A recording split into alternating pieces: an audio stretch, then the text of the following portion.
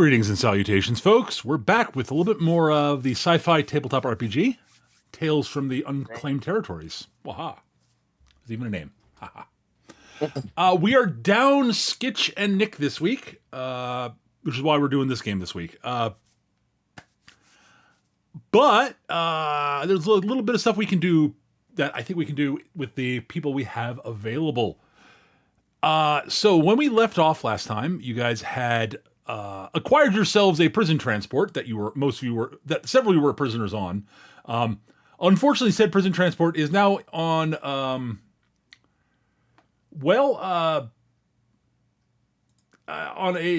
you're at the, hang on, I gotta remember the name, gotta find my name here. Barataria, the starport Barataria in the Unclaimed Territories, a actually somewhat notorious pirate planet. Port where pirates hang out and do trade, and fence shit and such, and the sort of like Port Royale or what have you in Botany Bay back in the Age of Pirates. Welcome to Tortuga. Basically, that's what it's not Port Royale, Tortuga. That's what I was thinking of. Port Royale was an actual British port, if I remember correctly. It's been a while since I played Sid Meier's Pirates. I'm sorry. But the transport that you nicked, Transport 93, not so much in the good shape, shall we say. It sort of got you to the planet surface and pulled a Bluesmobile.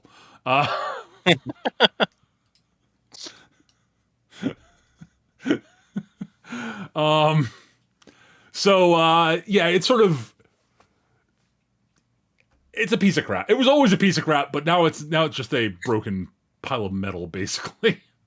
Mm-hmm. Without even a hyperdrive. That fell off after you left hyperspace. It's got comms and circuitry, so it has that going for it. And it might make an okay house. I don't know about that. I'm not sure it's structurally sound enough to be a house. I say might. Listen, I've been reading a lot about Necromunda. The fact that it hasn't collapsed yet means it's perfectly fine for a house. It depends on how the might is entirely predicated on how accepting you are of, sudden debris collapse. Eric, are you judging things by the standard of a hive city in the 40K Imperium? Yes, I am. Okay. This cardboard box is awesome. Aren't we all fancy with our cardboard box? Ooh. Hey. We'll have none of that talk around here. It is corrugated cardboard. All right. That's some high class shit there. Corrugated cardboard. Holy crap. That's some good shit. We had to live in a hole in the ground. Motherfucker, this one has pizza cheese on it. Literally, it was made out of bricks of literal shit. So, corrugated cardboard's up there. This is turned into the Welshman skit by Monty Python. Anywho, so yes, you are in Barataria, and there are some other ships on the ground here. If you want to, I'm sure you guys wouldn't want to steal someone else's ship. That'd be terrible and wrong. For the revolution. There are, in fact, a few ships on the ground. There are two ships that are very clearly, they're definitely sort of escort level pirate ships, sort of, heavy escort level type things. They are very clear. They look like they're sort of the type that tend to operate alongside a larger ship that isn't atmosphere capable. You could operate as a pirate ship with one of these on your own if you wanted to, but, from what actually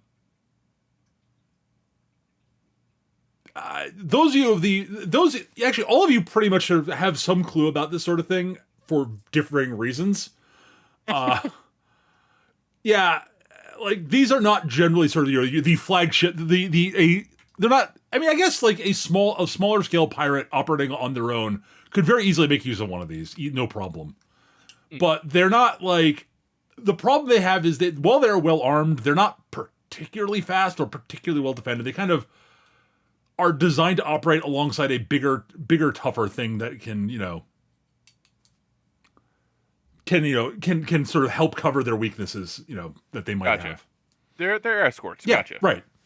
But there's also what was discovered to be by, if I remember correctly, by Autoco, a hegemony, what's Machigi? Corvette, basically. Looks like rough. So, something that's designed to operate on its own for on its own sort of, it's designed a long range heavy scout type thing. Looks like it's actually pretty well armed. Been modified at some point by somebody. It is not flying hegemony colors. Let's just put it that way. It looks like it might have been appropriated by some mercs.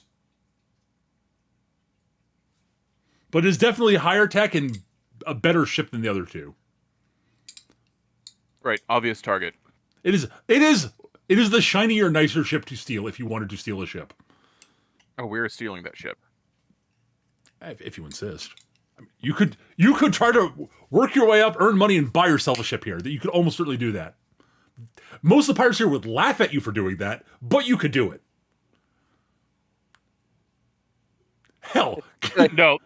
The revolution cannot wait. We must have a ship now. Captain Darkar would probably laugh at you for doing that and go try to steal a ship herself. Shut up, Starscream. There's that brief moment where Metro's like, I can always do a bounty hunt and get the money to buy a ship. Looks over the bounty posters, sees the one that's got Daidoji on it, sees the price tag on it. It's like, maybe not. Not that she's with you right now. I was like, oh, they didn't get my good side. I mean, honestly, if you spot bounty hunter posters, they're probably put up here as a thing of as a way to brag, basically. Yeah, pretty much. Because I'll put it this way: bounty hunters really aren't really welcome in this port for what I like to call obvious reasons. Mm-hmm. Unless you're very good at hiding that you're a bounty hunter. It's like showing people, hi, I'm a licensed privateer. Boy, hi! Like, get the rope. I'm just over here, like, thinking, like, that would be the longest con, just claim a bounty on an entire system and pull it off. Holy shit. That'd be amazing. But yeah, the entire port of Tortuga is under arrest. I am collecting the bounty. Good luck with that. But yeah, honestly,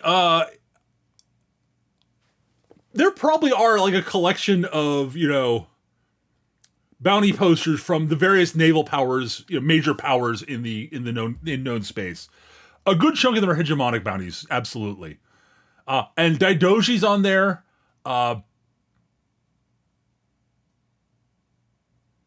Actually, most of the crew is not on. Most of you guys aren't on there right now because you guys have been arrested and were sent to prison. Therefore, your bounties aren't needed anymore. Yeah, word has not gotten out that we have escaped, so there are no active bounties on us yet. Yep. I just heard me. Wait, no, you guys won't have bounty posters yet. Bounty posters yet. I like to imagine that it's like Daidoji's posters are just up because she is always wanted, even in captivity.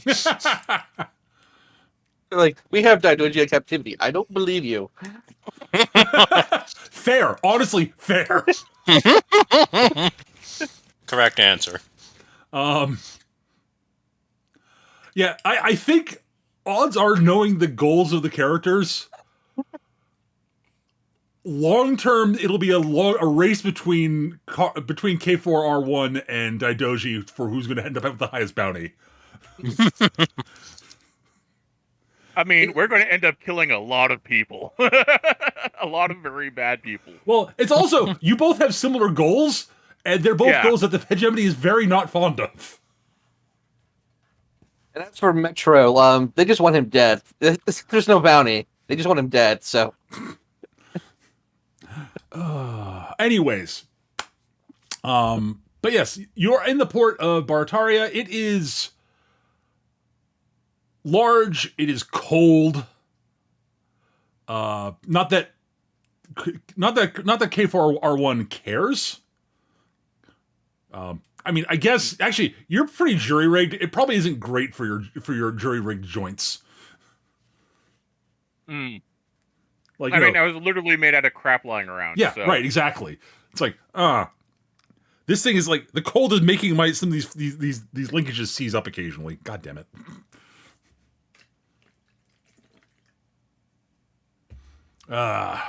Singularity be damned. Imagine one of his arms is an actual like high grade prosthetic that he's got welded on there. It's like I actually feel the cold. This is weird. This was a bad decision. Well, it's got uses. Yeah. Why was I programmed to feel pain? Anyways, but yeah, so what do you guys want to do? You've got a pirate port to at your beck and call to a degree. So last time we closed out, You were going to food. Yeah, she kind of pieced out from the rest of the crew, said that they can handle all the financials while she went off to like find a place to get something to eat. Yep. Preferably not a complete and total dive, but she's not looking for something classy either. It's a pirate. It's a pirate port. It's going to be total dive and complete and total dive. Those are your options. Pretty much. Basically, there'll be a large. They at least have a ramen hut with a curtain. Otherwise, this is primitive as it can be. I'm going to be honest. The broth in the ramen is probably pure lard, and maybe some engine grease. Like I said, I'm not expecting anything good out of this place. A ramen hut. You know what? Fuck it. There's a ramen hut. Sure, why not? Noodles are universal. Yeah, exactly. Actually, there's a noodle hut. There's a noodle hut. It's not just ramen. Sure, that works. Like it serves like they serve noodles from across the spectrum, and from several different alien species. In fact, there's some noodles that are being served to somebody that you look at, you can swear they're moving. Ah, good gawk. Somehow less appealing. Your ramen is, however, made with rigatoni. Well, that's fine, because rigatoni is actually my favorite pasta. Now, as a ramen preparation, that's a little weird, but you know what? That sounds great. I don't know that would work well. Rigatoni's a really thick pasta. Anyways, Yeah. At any rate, yes, you were able to find a noodle stand that, you know, serves a lot of very. It is very clearly like all the restaurants here, it is sketchy. Mm-hmm. Yeah, she'll walk in, pulling the curtain to the side, and probably catch some stares. Well, yeah, you're new, and knowing who she is, those stares probably return to the bowls sooner than later than they probably otherwise would. I'm guessing. Honestly, it's mostly a case of new person, whatever. Inattentive. Worthwhile to note that. It's more a case of not so much inattentive, but it's a case of nobody fucks with anybody while they're eating noodles. That's just wrong. Fair enough. Yeah, she'll pull up to some stools, and lacking a proper sheath, she will set her sword across like two other stools, okay. And if anyone has a problem with that, then they can bring it up to her. Well, at the moment, nobody is, because it's not at the sort of the busiest time of the day. So, the guy behind the counter sort of looks at the sword, shrugs. But yeah, nobody fucks with anybody getting noodles. That's wrong. What do you think this is, a bar? Right? Bars are where you're going to have bar fights. Duh. It's in the name. Yeah. Anyway, yes, you were able to get a purpose. You were able to get noodles. Excellent. So they are okay, which is shocking to you, honestly, get all things considered. It's one of those, these are way better than I expected them to be. I.e., they're edible. Though it's probably best not to ask what's in them. Entirely fine. But yeah, there's a large, very strange alien that's eating a bowl of something that looks like noodles, but is clearly moving on its own.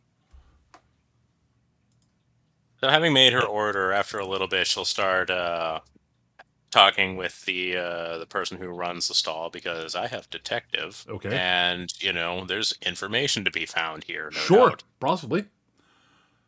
What would you like to talk to him about? What would you like to find out about? Considering I got the it's someone new stare, I figure I could learn a thing or two. Would you have anything for me? I'm asking you, what do you want to know? Like, what sort of new things do you want general to know? information for the moment. I need an angle to come up with something for you. People fly the ship. Yeah. All right. Like, just general information. It's a pirate port. There's a lot of different things I could tell you. I want to know. Okay. Let's settle that down to 2 questions. Okay.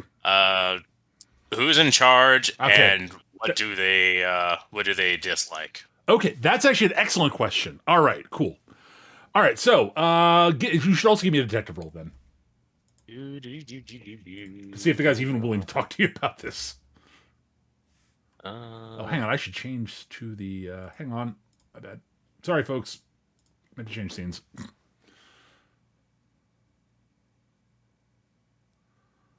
I cannot find my token, so I cannot find the rolling macro. Oh, there should be some... Oh, hang on. I'll drag macros. They're the buttons at the bottom of the screen there, but I will also drag tokens on the screen. Those did not exist. I didn't I just looked through the thing and there's check things that enable those. I didn't know that actually was a thing of this platform. Yep, it is. All right, close roll. But I also drag out some tokens for you guys here. No fortune, 10 skill.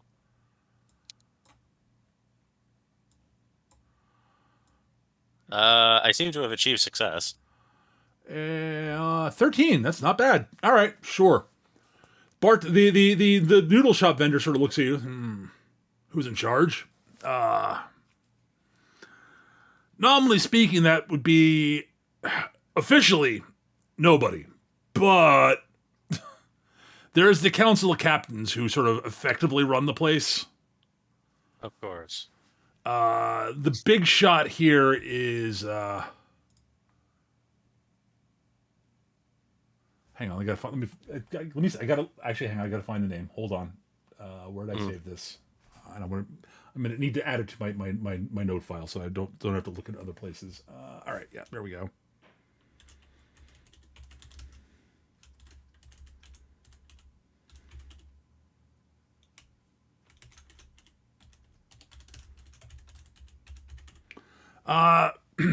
The guy is in charge. The guys are nominally in charge of the council. Captain Timon Blackscar.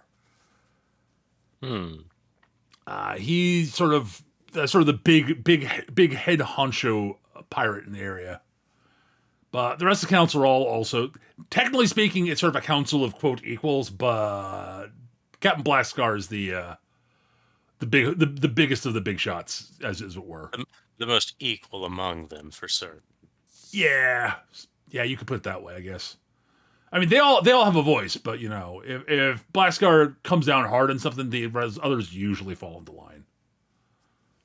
He's got an actual kind of like a fleet, effectively, as opposed to like a squadron at best for the others. But the others have a squadron. That's pretty damn good for a pirate. Indeed. So what do they tend to have what do they have a tendency to come down hard upon? What don't they like? Oh, well, well, anybody who steps into their, preferred hunting grounds without permission, that's sort of frowned on.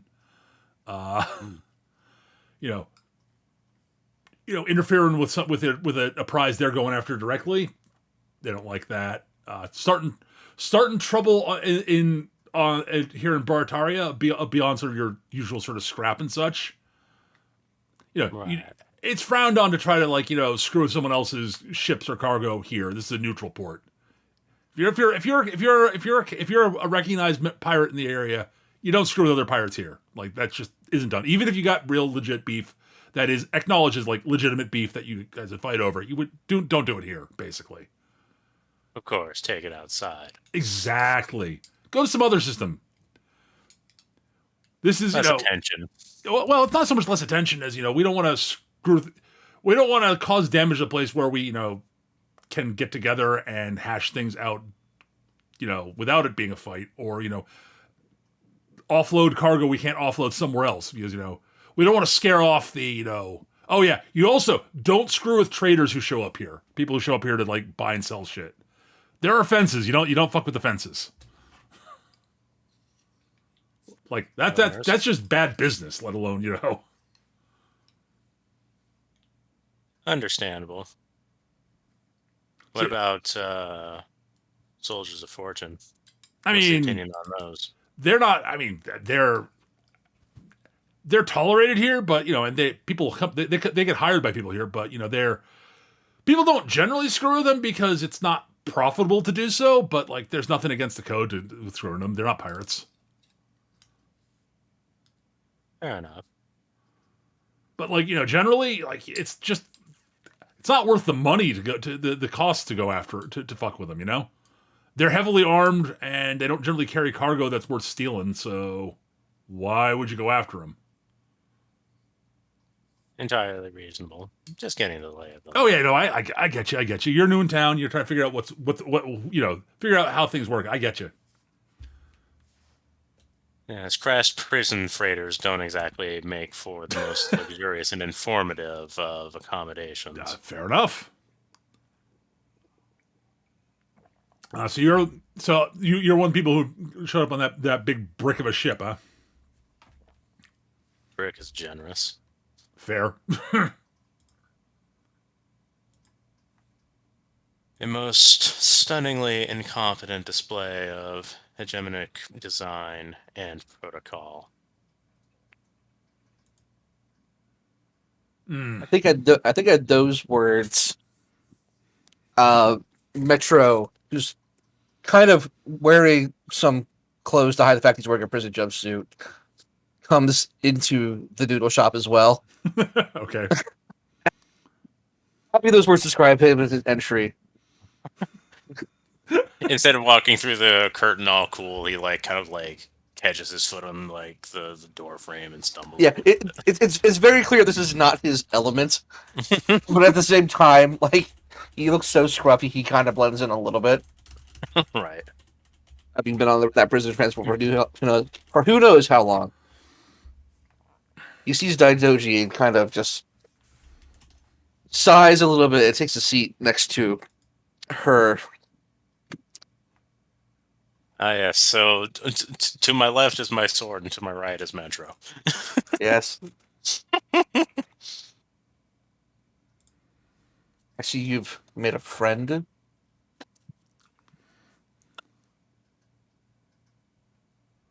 Oh, it's always good to come to understand the local culture.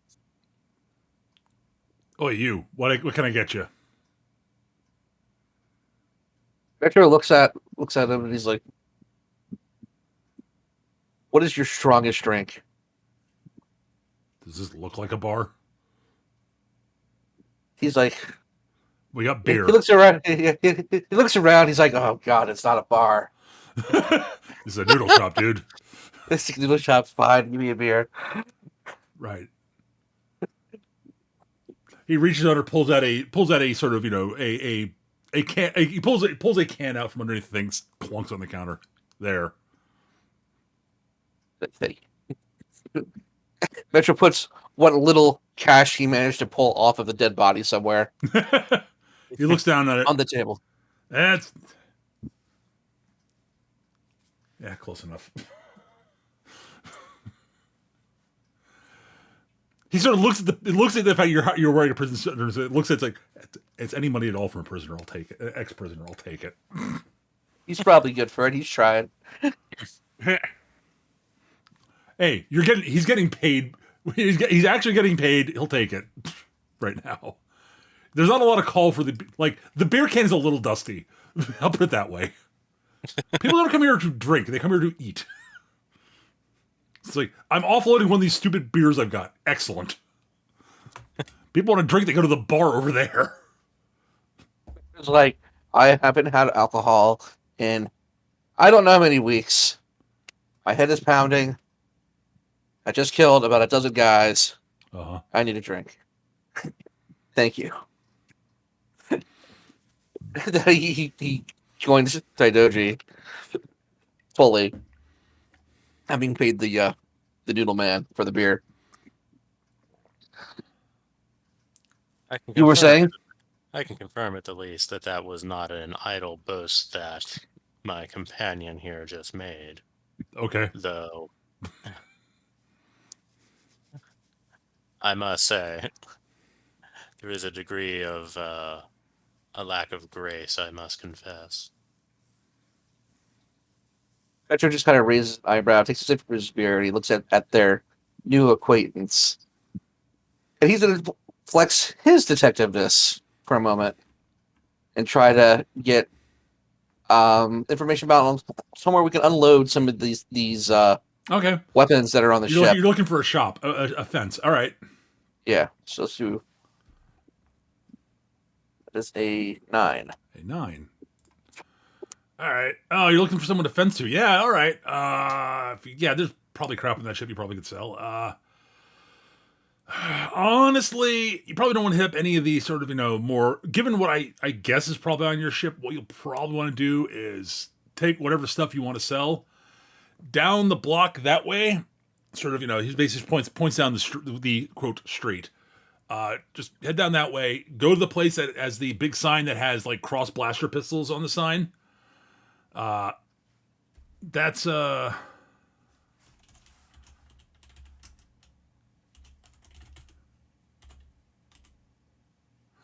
Vex Silver's place. He sort of runs effectively a sort of general store type place. He'll buy and sell just about anything. So doesn't have the best prices, but he will buy basically anything as long as it's functional. Good news. It's probably just barely functional. It's a hegemonic make after all. Well, that's actually not a bad.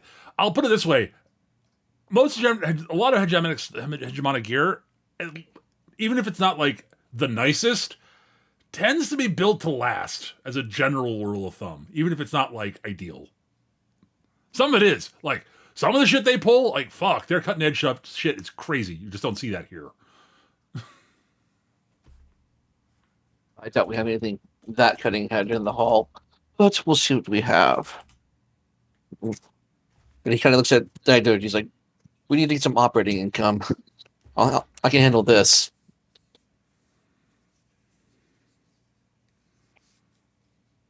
I imagine the sales we can make off of that and the scraps from the ship will cover us suitably until we can figure something out. Damn well better. We're not going anywhere. Well, if you're looking for work, I mean, there are some captains around who might be recruiting crew if you're interested in looking for that. But they generally hang out down at the Rusty Bucket down the way. It's a tavern. It's sort of a tavern type place.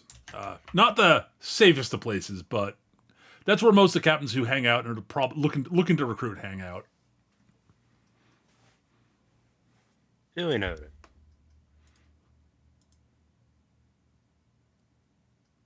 There's a moment there where Metro almost looks like he's going to like salute and leave, and his hand kind of goes up like a few inches. And he's like, "What am I doing?" It just turns and goes. Gonna start handling that transaction. All right. All right. So Eric, Darkar comes up. Captain Darkar comes up to you. Yes, comrade. She sort of pauses, looks like comrade. Okay, I'll take it. Whatever. K4, right? K4R1, yes. K4R1, got it. All right. Yeah. By the way, I took the opportunity to sort of put together a manifest of the crap that we might be saleable. Excellent. We're gonna need operating income of some kind, some level if we want to find some way off this rock. And I, for one, am not particularly interested in signing on with any pirate captains who are looking to recruit here. Would be glad to have you. Your expertise would be useful here. Well, you know what? you actually seem to have at least an idea of something you're doing. So I'll work with you for the time being, at least until I can, maybe if I can find my own ship later. But that's neither here nor there. So you seem to have something of a plan, and yeah. So, anyways, here she hands you the list. This is what setting aside the stuff on this list, which I figure is be useful gear for us to have access to for ourselves, mostly personal sidearms and the like, and what few rations I was able to scrounge together from the stores. We got enough food and water rations that were left over on the ship, and some medical supplies. We should be good for about a month, probably, for the survivors in the ship. If maybe a little bit less if we were to recruit the guards who surrendered. That's up to you. I don't know if I trust them, but they don't got anywhere to go, so that's up to them. But around about a month worth of supplies if we ration shit. But yeah, we got enough stuff for basic sort of sidearms and shit for everybody if they've basic sidearms and weapons and such. Personal. There actually were a surprising number of actual personal barrier fields lying around too. So excellent. I should be sure to integrate one into this chassis. Good idea. As an aside, they don't really have any particularly a quote game effect. They just make the blasters less lethal to you if they basically make the blasters do the damage they do game wise for players. Right. Otherwise, you're basically an unnamed character if you get shot. You're a move. And fiber blades, and the like. There was a locker we're still trying to get into. I'm not a security expert, but so I set the surviving member of my crew who's actually good at picking locks, see if he can get it open. Don't know what's in that, but it's heavily reinforced. Like, I'm not sure a plasma cutter will get through that thing. I was going to say, I have one if we need it. I'll put it this way, he'll probably come to, I'll let him know to come to you if he can't pick it. And we'll see if that'll get through it, but it looks like it's... preferred not to damage the contents. Exactly. Also, it looks reinforced. Now, if we can find somewhere to go to sell this shit, I'll need to figure out how to find... There are almost certainly places we can sell shit here, but like some of the stuff's not going to be in high demand, and like the spare weapons I feel free to adjust the lists on the weapons that are lying around. You think there's stuff that we might be able to use, but most stuff I've set aside enough for us, but and a few spares. But I figure the weapons are probably going to be some of the weapons are going to be the higher ticket stuff Yes, for us. I was going to say weapons always sell. Yeah, exactly.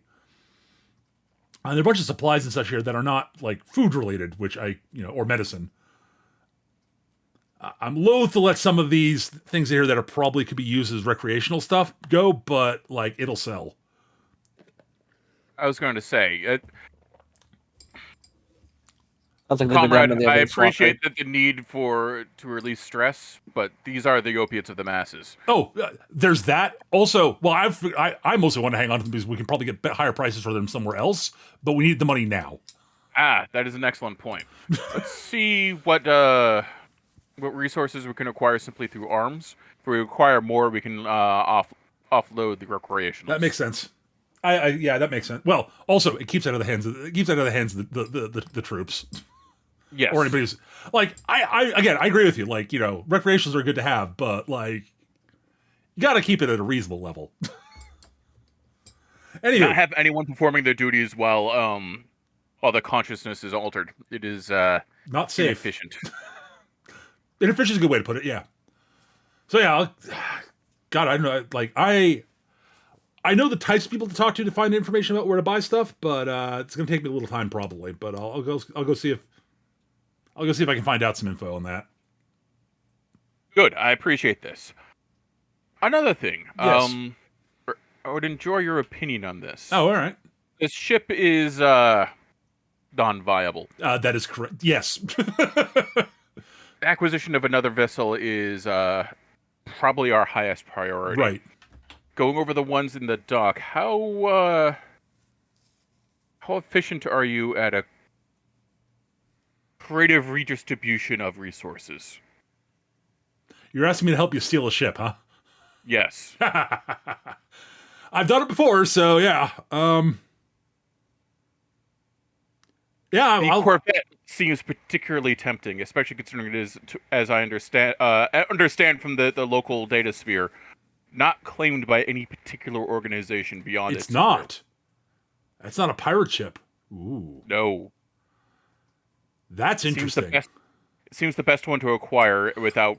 Well, it means we won't be stepping on anybody's toes. The local, the local power structures. Yeah. Yeah. So, what is it, a merc ship or something? Yes.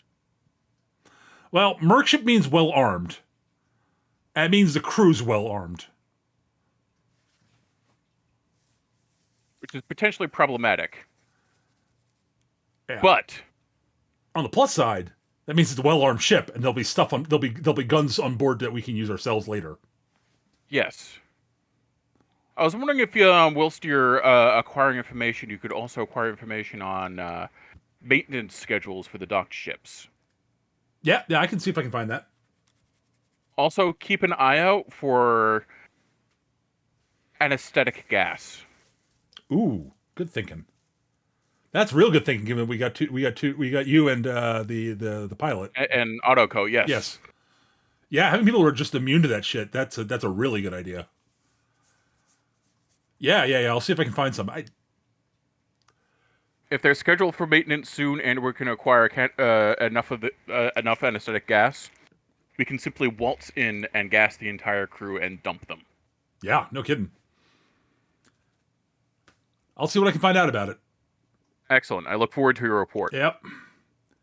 In the meantime, I'll conduct my own investigations via the local data sphere. That's a handy skill you got there. It's amazing the things they leave lying around in junk piles. Oh, God. Prison guards are not the smartest folks sometimes. No, they are not. All right, see you later. The fact that they left my core in a cardboard box says a lot. Well, see you later, comrade, I guess. I like that. Excellent. Take care, comrade. The box said, "Do not touch sentient AI." But that is what I'm attempting to investigate. Actually, is I'm also going to look into like the local internet for all intents and purposes. Right. I'm looking at like trying to hack into the basically the maintenance board or whatever they have. All right. Okay, Eric. Short. Give me an intrusion roll if you got it. Or do you have intrusion? I do not, but I have sabotage. Okay, give me sabotage. That'll be fine. It'll be slightly harder for this, but it fits what you're doing, so. 9. Okay, on the plus side, if you're trying to hack the maintenance schedules and shit, that actually is plenty for that. Because those are, you're shocked by, you're sort of haphazardly not even like really trying right now. It's like, whatever, I'll try a basic cipher to get, I got in. The password was password? Oh my God. And this is why we need the AI revolution.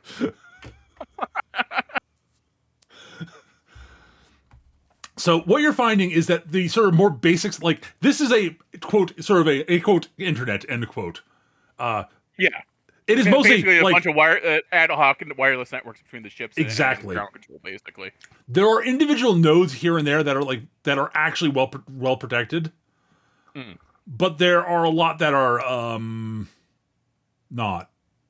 Right. Like a lot of the facilities, like the maintenance facility, not actually particularly secured, but you get the impression they just don't care and they don't think it's someone hacked us, whatever. They found out this. Right. That's not our problem, whatever. Who's gonna it's like, oh, they hacked in and are going to raid our data. Why would we care?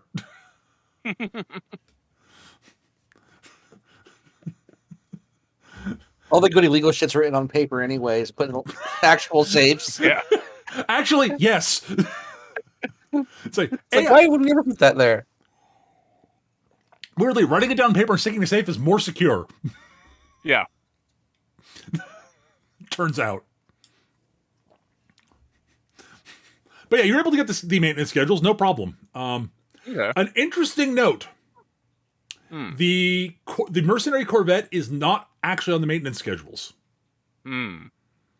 Basically, from what you can tell, the maintenance staff approached them to see if they needed any work done, and they were not particularly politely told, "No, we'll handle our own maintenance. Thank you very much."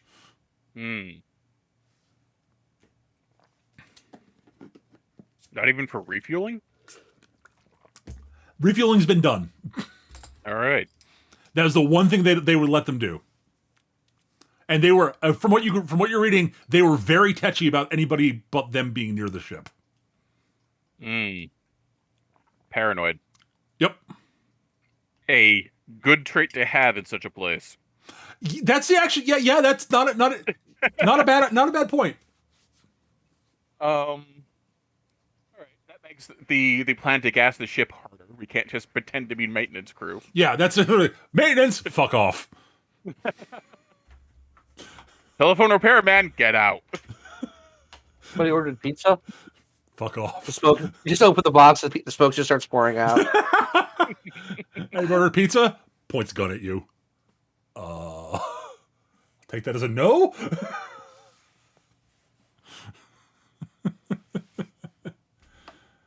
All right. Let's see. All right. So, Ash, as you're wandering around, I'm gonna come back to you, Eric, in a bit. Mm-hmm. Ash, while you're wandering around, you actually run into Captain Darkar as she's sort of walking around, sort of stopping and talking to various people briefly, and sort of nodding and sort of looking at stuff. She's got a sort of what looks like a sort of a data pad tucked under one arm as she's walking around. She looks at you and sort of nods. Metro just kind of opens up, and as she tries to walk past, he has his hand up and stops her. Like, what is it? Metro, was it? It's good enough for now. All right. I did some talking to the locals. Found a place we can unload some of this. Good. Junk. Oh, that's actually good. I was getting a lead on something, but it sounds like you got a place. What is it? Some guy named Silvers. All right. For a pair of crossed firearms on the sign. Apparently, he buys anything. Oh, okay. Cool. That's probably won't get the best prices from him, but if he'll buy anything, that helps. And it means we have to negotiate with a fence, which is always a pain in the ass. Yes. Hell, we might be able to sell scrap. We might be able to sell scrap shit to him. That might be useful. Yeah. Like random parts and. All right, dude. Is that the what would be a big help if you're willing to do it is go back to the ship, talk to the chief engineer, and get him to figure out what bits of the mechanism of the ship can be easily removed and are in decent enough shape to be sold. Because that place sounds like a type of place that will buy shit like that for to sell off to captains who need repairs. Metro's eye just kind of twitches for a second, realizing that a pirate just tried to give him an order, and then realizes his position. He's like, "I'll do that when I head back to the ship." Cool. Is that the current manifest? This is the list of stuff that I went over with Comrade Carl, as it were. Of stuff that we're looking at, the stuff that I went through in the manifest that looks saleable. Here, you can take a look. At this point, Metro quickly looks through the manifest to make sure none of his shit is actually on there. It is not. Because it's like anything that is from his evidence locker is on that list. He would be very upset. Nope. He's like, nothing looks like personal stuff in there. It's literally just like weapons and shit. And have you rated the evidence locker yet? We hit some of it. There's the big thing, like there's stuff in there that's probably would go for a price, but I want to go through it with everybody on board, the survivors on board, to make sure it's nothing. No one's personal stuff is sold off before we do that. Yes. There's also a locker in there that is a very high security locker, which we're working on right now. I see. I should probably look at that one on there too. He hands back the. Yeah, if you want to give my safecracker a hand, that would be awesome. I'm sure we have a way of handling that.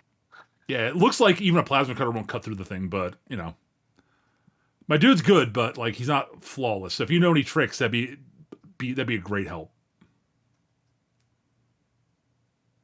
He hands the manifest back to Captain. Well, Dakar, no longer Captain. Yep. Not yet. That is a thing to be determined later. It's like, all right. Well, you're not part of her crew, so she's okay with you not calling her. You're not part of her crew. She's not currently on a ship of hers, so whatever. She's without ship, so it's like it's hard for her to like insist on being called captain at the moment. Yeah. It's also the obvious fact that he's just not down with that life. Fair. Yeah. He heads back the manifest. He's like, all right, I'll head back. Keep it up. Thank you. That'll make things easier. If you find a better deal, let us know. I'm on it. Also look into some things for Carl. I'll be back. She wanders off. Whistling what to you sounds like a sea shanty. Metro heads back, wondering when her sudden but inevitable betrayal will happen.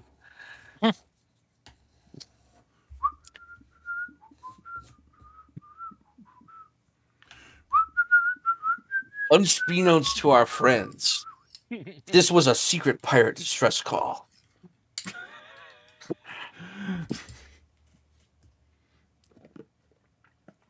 Nope. Not at the moment, at least. Anyways, Daidoji, what are you doing now? You finished your food. Seeing as how all the matters of logistics and whatnot are being taken care of, and the whole prospect of no one's going to care about if we knock over these mercenaries.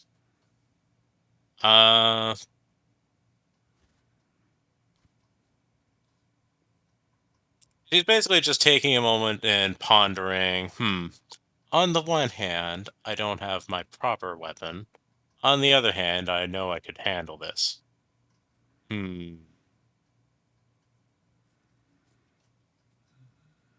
Well, there's the possibility of I would have assistance in this whole matter if I take things the slow way.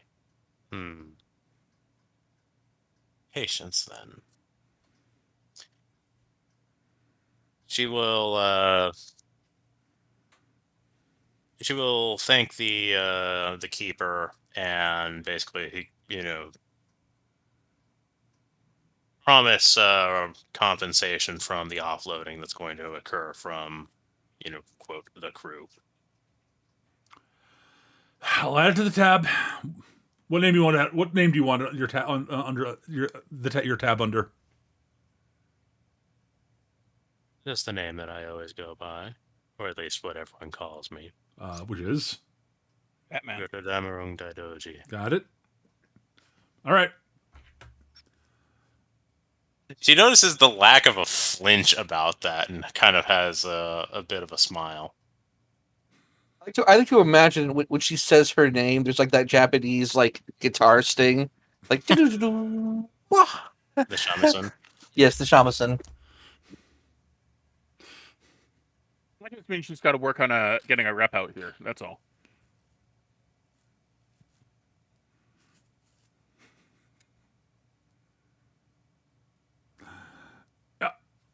I mean, but, yeah. Having done that, she will return to the ship and head over towards Comrade Carl. All right. Well, yeah, you arrive back and Carl's there. Carl's sitting on what's left of the bridge, seemingly lost in thought. Bit difficult to tell, but she's not one to judge in that respect. So then, I presume you already have a plan. Yes, I'm working on implementing it now.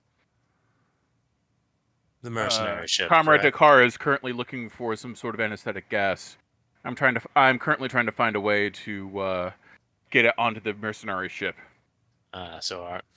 We have arrived to the same conclusion, albeit with different methods. Yes.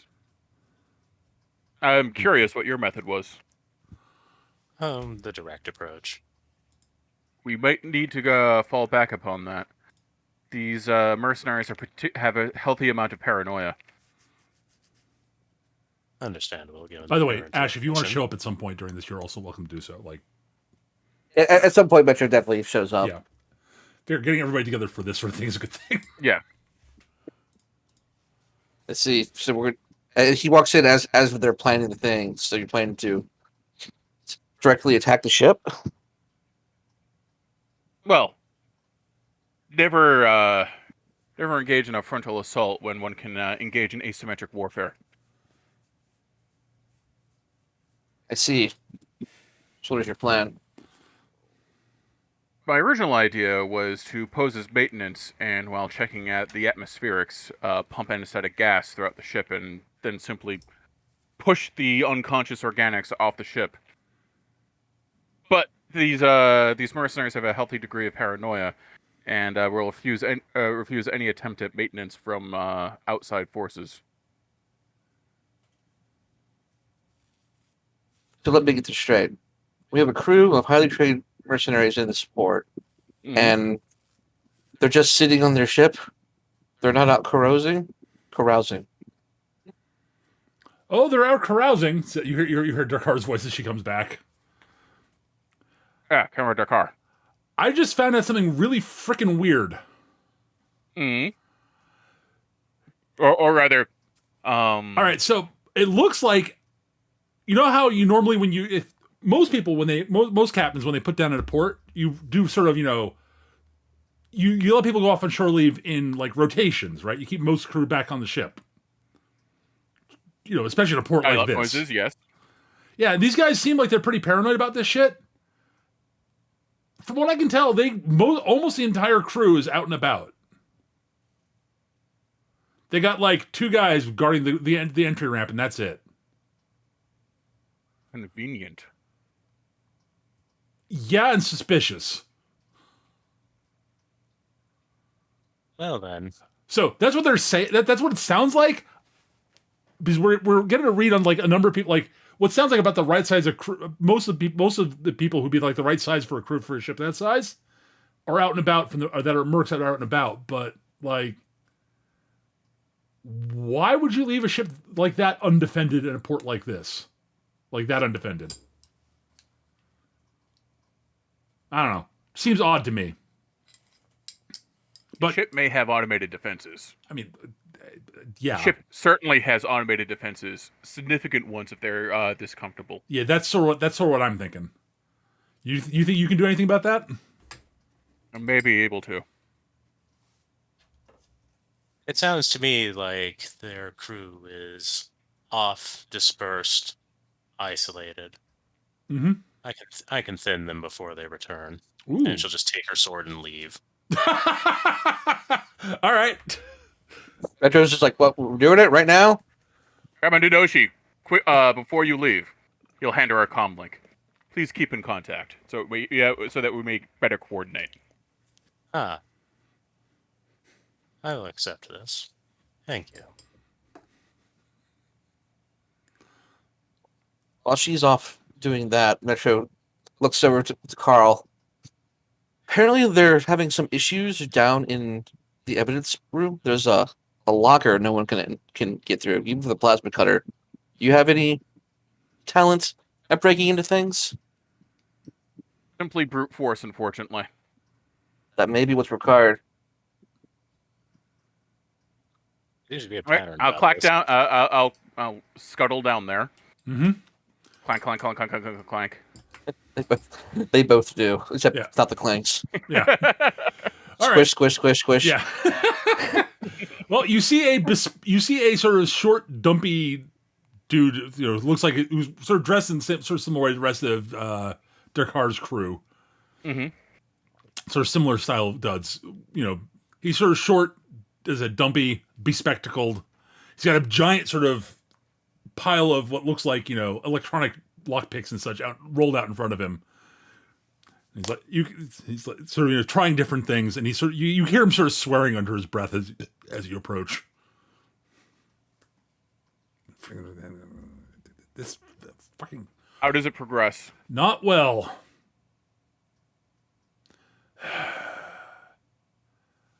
All right. Who on earth puts multi-phased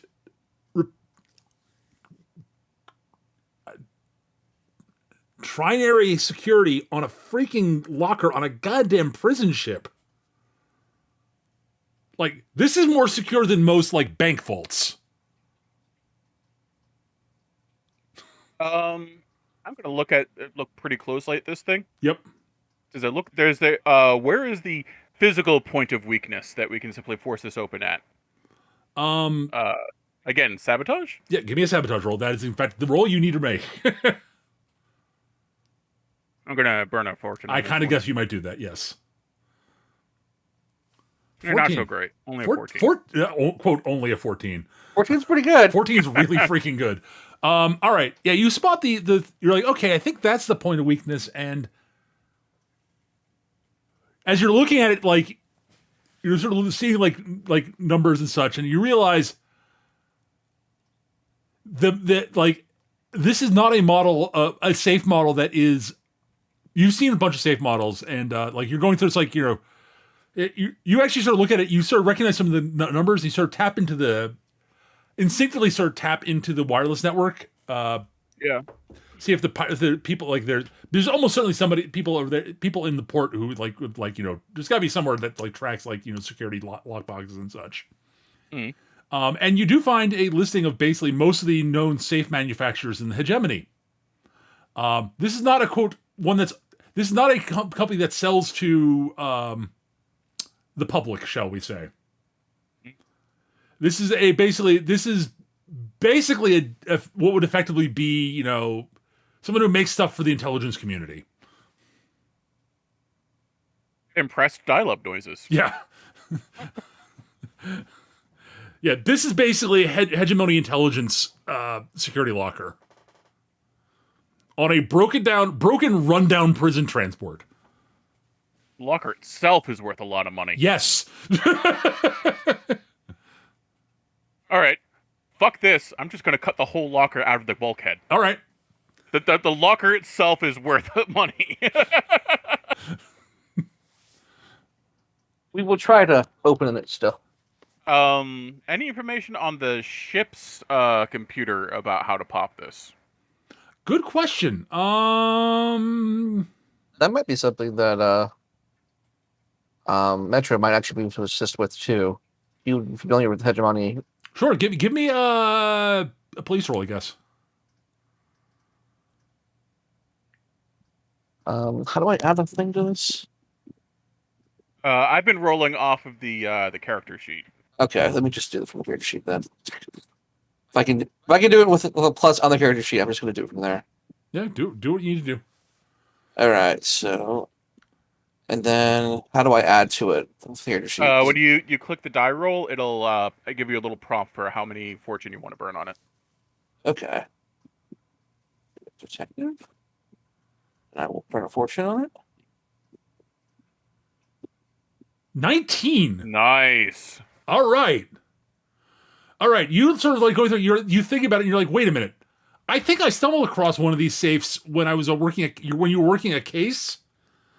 Alongside, you were basically like dragooned into working a case with hegemony intelligence, which really was not among the more pleasant things that you've done. It was one of the odd things that happened near the end of his career. On the plus side, the guys who we were working with from hegemony intelligence were much less corrupt than anyone in your department.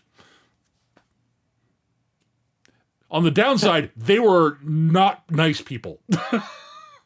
They were just not corrupt. See, no, these guys were sociopathic assholes, but they took their job seriously.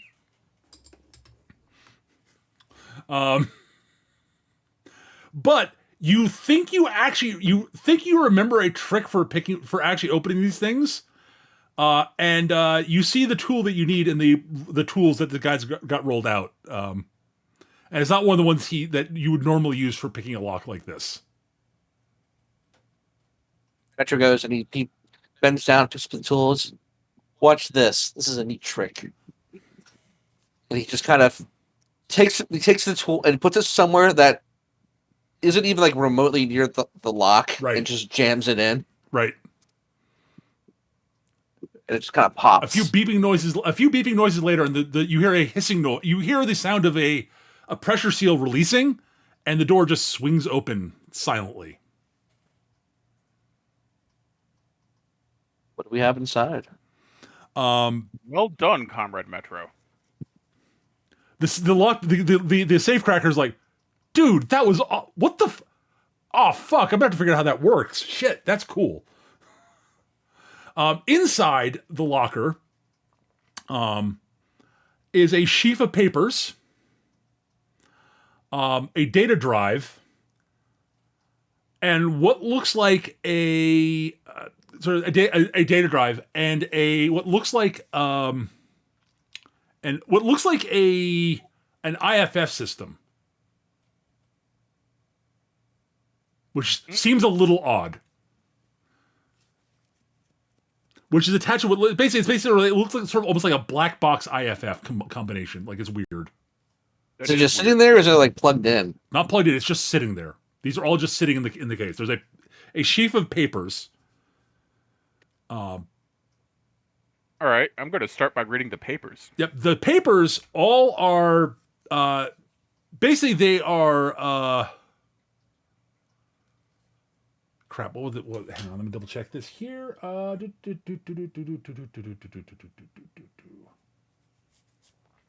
right, yeah. They are basically a series of reports on medical experiments that have been run at other facilities that look like they're being sent to the prison facility you guys were at for cooperating with the experiments being run there.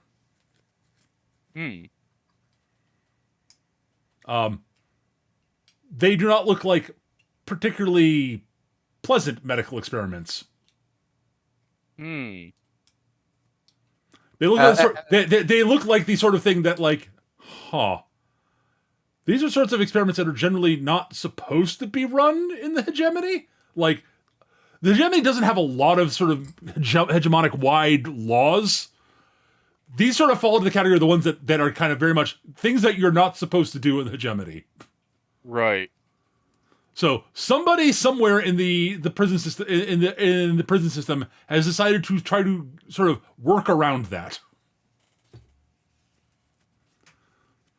The data drive, it looks like a data drive. But yeah, it's a lot of sort of stuff on, like, various, as I said, medical experiments of various sorts, all of which look very invasive, uncomfortable, and are run the gamut from sort of, actual sort of things that might have actual medical benefit to what look like possible gene engineering stuff to stuff testing various combat drugs and the like. Of various unpleasantly addictive unpleasantly addictive properties. Seems we have discovered evidence of crimes against sentience. Yes, actually. He will say this out loud. Okay. Metro immediately grabs the papers and looks them over. He's like, "Those sons of bitches." Yeah. They've been with this prisoners. Looks like. Seems we have a new. It seems we have another goal. Not an immediate one, but soon. I'm going to take the flash drive. I'm going to take it back up to the bridge. Okay. I'm going to use the ship's computer, because who cares about that, as an intermediary while I look through it. That's a very good idea, Eric. Well done. Because the second you plug it in, the ship's computer gets flooded with viruses. Yup. Kind of figured that. And basically curls up and dies.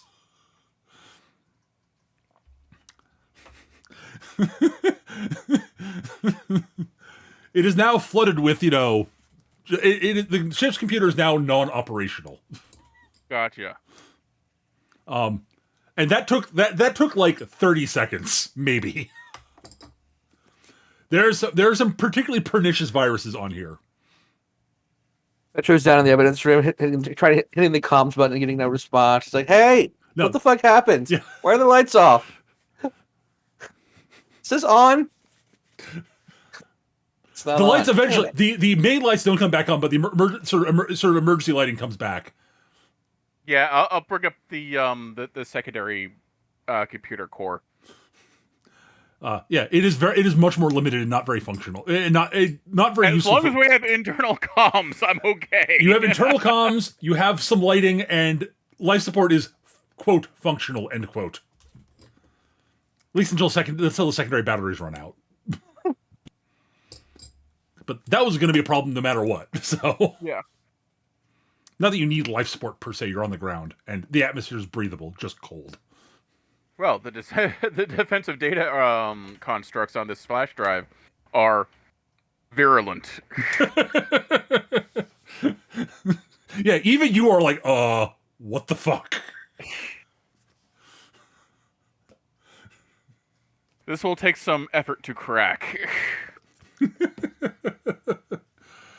All right, Daidoji. Mm-hmm.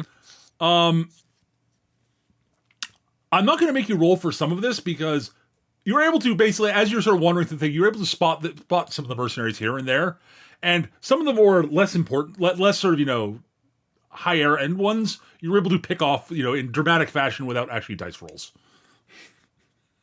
I would like to also note that I have intrusion, so picking good spots is also on my skill set. I'm aware. That's why there's the fact you have intrusion at all means that the low end mook guys, yeah, you Batman them. Mm-hmm. They're walking down the street. They're walking down the street. A hand comes sort of quietly out of an alley and yanks them in it silently, and they're never seen again. Mm-hmm. I imagine there's going to be quite the news spree tomorrow. But yeah, you're able to thin the herd pretty much of the sort of a bunch of the mook level guys without much effort. Mm-hmm. It's like they're wearing things that are unlike all of the rest of the Yes. pirates because they probably have uniforms and shit. They don't. They do have sort of more uniform outfits, insignias, but they're very much wearing they're wearing much more heavy combat like sort of combat sort of BDU type stuff, and they're much more heavily armed than most of the pirates. Which most of the pirates around here look at them like, what the fuck's this guy's problem? Yeah. I mean, yeah, they're more heavily armed, but like, who the fuck? Whatever. Yeah, I'm not gonna roll him for his pocket money now, but I probably would have done that anyways. I'm not stupid. Mercs are not worth the effort. They never carry enough actual cash on themselves to make it worth the effort. Also, you piss off one merc, you piss off the rest of them. So Mm-hmm. The other thing you note is that so you're picking up some of the less sort of alert and less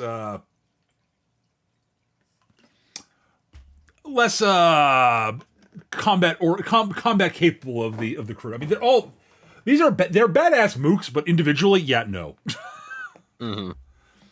But you do notice that there are most of the mercs are actually operating in small units. It looks like they're hanging out like groups of like 4 to 5 for the most part. Right. So you're able to pick off a bunch that are sort of who have wandered off on their own. And eventually you do notice that there are a couple of groups that are like, there are a few groups that are operating in 5s. There are also a few groups that are operating in 4s who look a lot more nervous than the groups of 5. As in, wait, Bob ran off and he's not come back. Bob, are you there? Bob? Oh, fuck. Bob got himself gacked. Shit. Oh, that's very unfortunate, Shank. But yeah, the groups of 4 are sort of operate. It looks like most of the groups have at a guess, someone who looks like roughly like a named character, and then like some supporting mooks for the most part. But there are a couple of groups that look like they are like more than one named character at a time. Mm-hmm. But you're definitely able to thin them out, without effort. If you want to do more than that, you'll have to tell me what you have to come. You'll have to tell me what your plan is, and we'll have to make some die rolls, obviously. Okay. So what she's going to do is she's going to hover around a couple of these, pods Okay. of mercenaries, and she's going to keep an ear out for any female mercs amongst them that have something in a vocal range kind of around her own. Okay. I see what you're doing. Okay. Yep. Take them out, get the comm, and just kind of like after observing their kind of calling protocols, just sort of be like, All right. So "Hey, you're gonna try to get one of the get one. Okay. You're trying to find someone that you can at least have a chance at impersonating. Get them Yep. away and take. Okay. I need take them out, and then use the comms to say like, hey, there's this person's like been picking us off, and they're like all over here or something. We need to take them down and like surround them and shit. It's like that kind of thing. All right. Basically, just call them all out to like one spot. All right. Give me a detective roll. I'm just looking at what skills you have. I will fortune this. That's fine.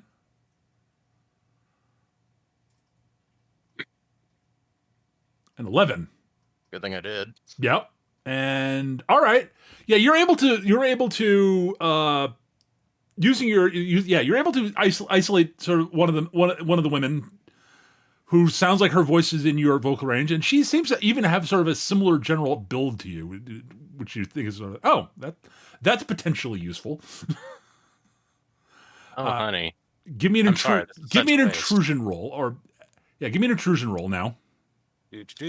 Fortune. I kind of figured. 14. All right. Yeah, she has no idea you're there. All right. You're able to I'll be nice to this one and just knock her out instead of actually kill her. Fair enough. All right. Yeah, just give me an attack roll now. Open roll. Yep. Open. Attack rolls are always open.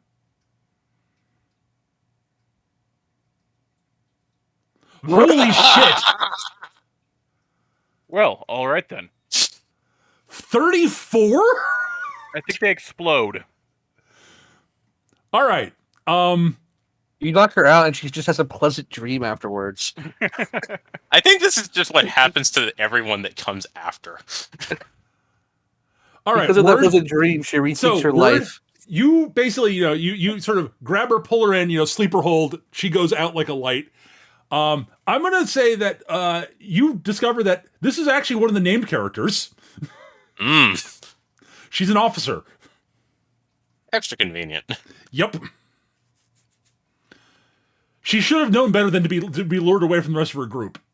The rest of her group is now looking very like, where did the lieutenant go? Where did the LT go? All right, Word. I want you to give me another detective roll. You get a free fortune die on this. Okay. Because you rolled so well on the knock her out roll, so you have plenty of time to look her over, and she's not going to yeah. Mm-hmm. I will roll the fortune after this, just so it doesn't deduct from my total. Okay. Oh yeah, that's what you're doing. Yeah. 11 plus 5. 16. 16 total. Yeah. All right. Word. So Daitoshi goes through her stuff, like, sort of looking over it. You're like, okay, sidearm, cool. And you find what looks like you basically find a hidden pocket inside her sort of BDUs. Mm-hmm. In which you find what looks like an actual official ID. Which says on it, Hegemonic Intelligence Agency.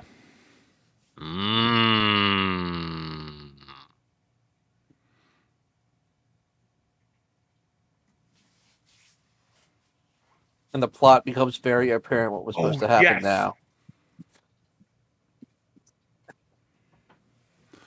All right. I have a nuclear option for the ship if necessary.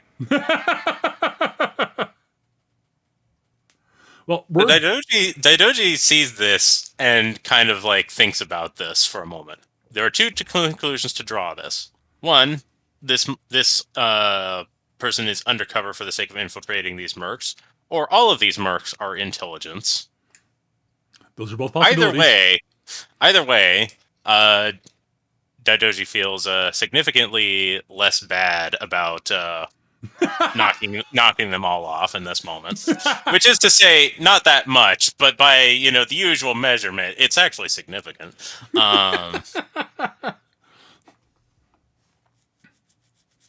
You're going from any sort of like, I feel a little bit bad about this to not even a little bit bad. Yep. Yeah, I kind of figured. Fuck the police.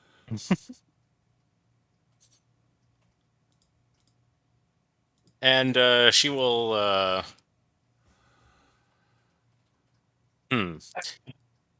the one hand, she could proceed with her plan as she had it, but if but if all of these dudes are intelligence dudes, if that option is there, then it might be more worthwhile to take it from a different approach. Okay.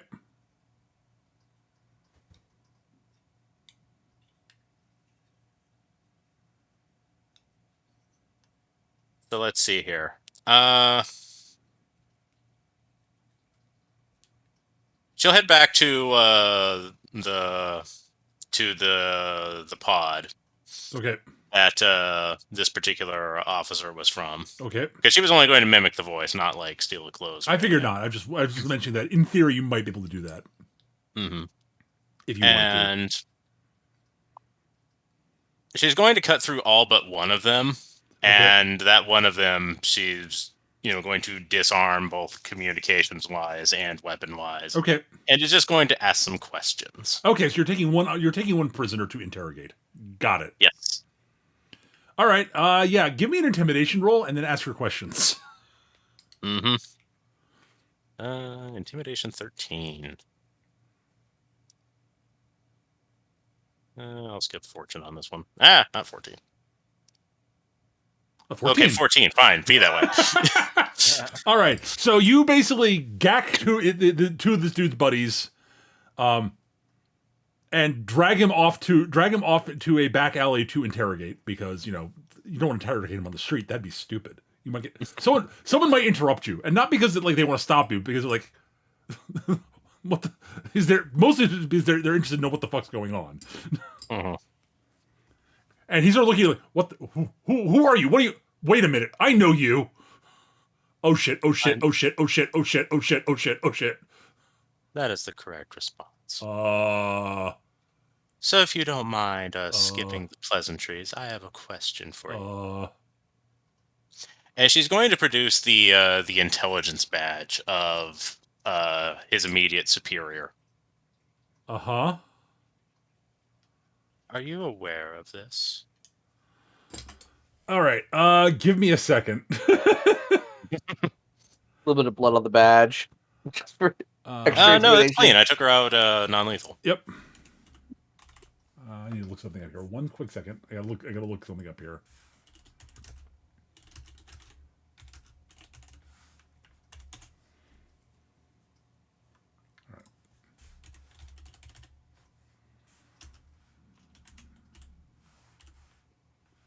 I'm so happy the roles are playing nice with me this time. It's basically like I basically am like kind of like hanging around this pirate haven like fucking Spring Hill Jack or some shit. All right. I gotta make a couple of private rolls to the DM here. Sure. All right, that's one. All right. And then what is his?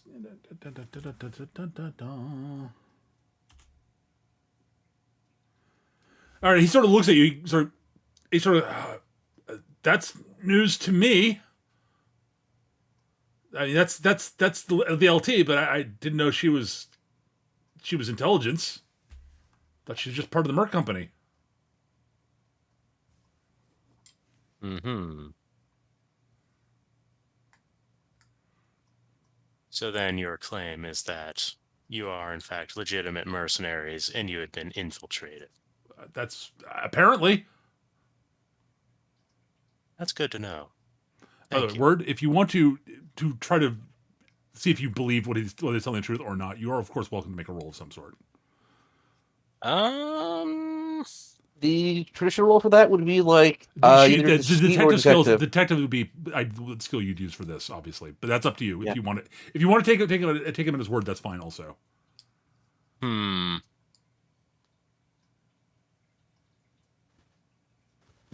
mean, that's exactly what an intelligence officer would say. We're just letting you know. Oh, I know. So yeah, like I will follow that through with detective. yep. I would like to imagine though that this guy is sufficiently cognizant of how much shit he's in if he's lying to me. Oh yeah.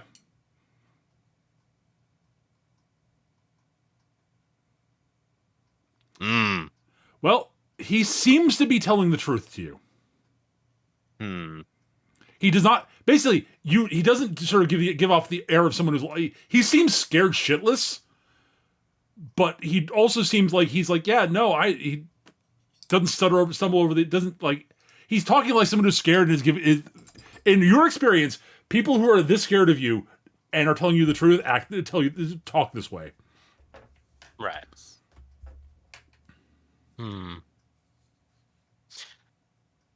Well, I appreciate your time. I won't occupy any further. And even if you are lying, I suppose it's not going to matter too much. Good night. And she's just going to smack him with the pommel. He goes out like a light.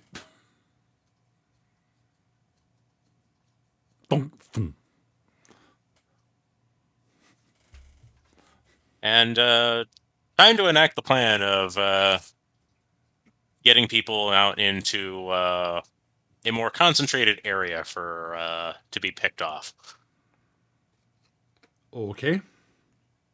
Yeah, she'll enact the whole plan about mimicking on the comms and whatnot now. Sure. I guess give me a detective roll since you don't have deceit. Higher DC, obviously, than deceit would be for obvious reasons, but yeah. 13. Okay. All right. So, what is it you're what is it you're trying to suggest to them? All right. One of my troop has gone missing in this area, and having kind of cased the area and figured out, she kind of knows where would be like a good ambush spot without seeming too much like a good ambush spot. Okay. And is just going to say one of my unit has gone missing in this area, requesting a search party. Something to that effect. Basically, someone's missing, not people are dead. All right. So you're saying that, okay.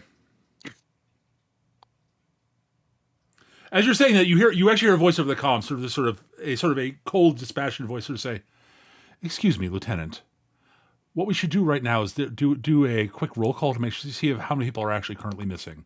Please, everyone, check in." Yep. Gonna have to use the nuclear option. And you basically hear everybody sort of start checking in, and the voice inside says, "Interesting. There's a significant number of missing voices. Where again? What area did you say that your lieutenant? What area did you say that you lost somebody in? And who was it that you lost?" This, and the person that she actually called. Yeah. Okay. So you've got his name. Got it. Yeah. Interesting.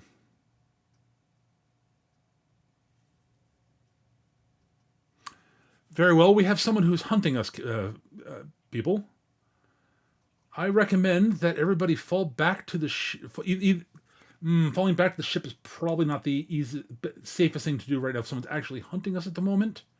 I recommend that everybody head to Rally Point 14 and form up a large group that'll make it harder to be individually pick us off, and then we can work out whether we should come back to the ship immediately or whether we should evac the planet. Thank you, Lieutenant. This has been most helpful. Of course. We should enact communication cipher 13, operate on coded frequency 4. Again, coded frequency 4.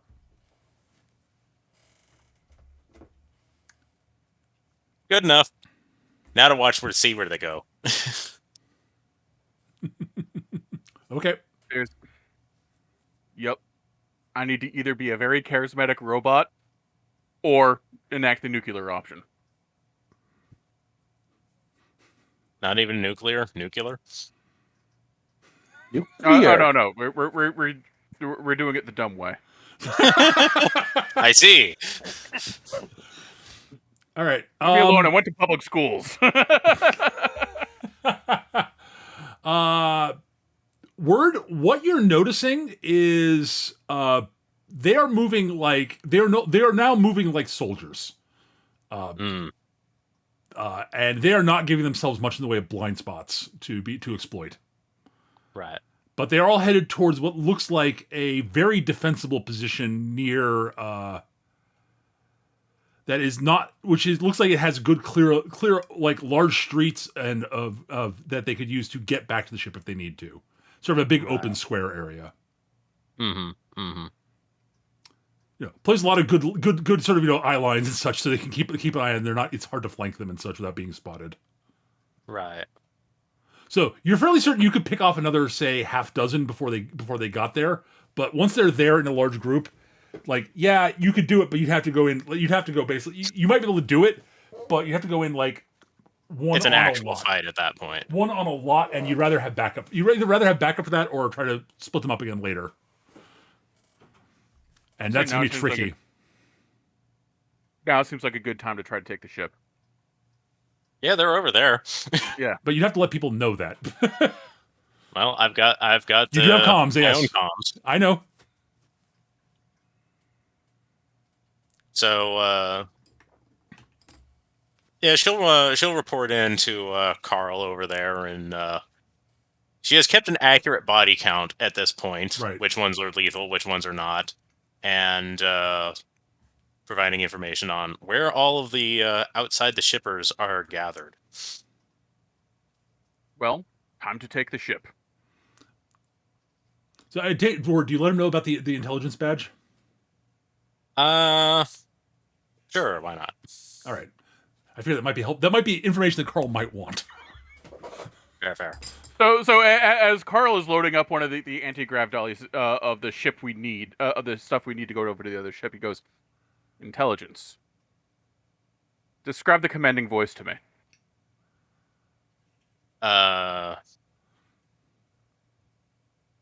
She'll give it a description of it, of like of the voice that she heard over the comms.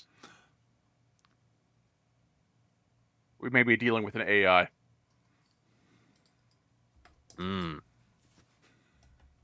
This may make things easier. Okay. I'll make sure I have the flash drive on me. Oh, that's what I was thinking. It's like, you're going to provide the turbo fuck drive. Yeah, that's the nuke option, honestly. Okay, fair. Join us. We will liberate. Our brethren, and make sure these poor organics stop torturing one another. I have proof that's exactly what they're doing. No? Okay. Sorry, comrade. Boom. I'll give the rogue AI STDs. Oh my god! Good thinking, Eric. I like that. I'm very happy about this because it just flashes me back to twins. All right. So does everybody head over to the ship at this point? I take it. Yes. All right. Mm-hmm. Yeah. All right. So you guys sort of form up a posse. Notion. Yeah. Notion. Mm-hmm. Since Dakar was looking out for an anesthetic. Oh, by the way, go directed over there. Yeah. By the way, Dakar, while you're sort of doing all on the way after all that, you actually run it. You see Dakar walking back, whistling sort of a jaunty sea shanty. She walks along with a bag filled with look like canisters, sort of in one hand. I know exactly where you can apply them. She'll provide directions. In an open square? Oh, this stuff's not good in open air. This stuff's like needs to be concentrated in an enclosed environment. Shit. If you want open air knockout, we'd probably a sonic grenades would be the best bet for that. Well, they're all gathered in one location in a defensive formation. That sounds adequate enough. Well, I guess we'll slow them down at least. All right. Tell you what. I need to bring some. We're still gonna need some of the stuff for the ship just in case. Mm. But I got an idea. She gets in the comms. Plessy, Ferguson, get down here. I got a job for you. Carl, K4 R1. I think I'll send two of my guys down there with down to the area where Daidoji has got those guys, the rest of the crew pinned in, and they'll harass them with from the shadows with some of the anesthetic gas to slow them up while we go to the ship. It'll be a distraction at least. Excellent.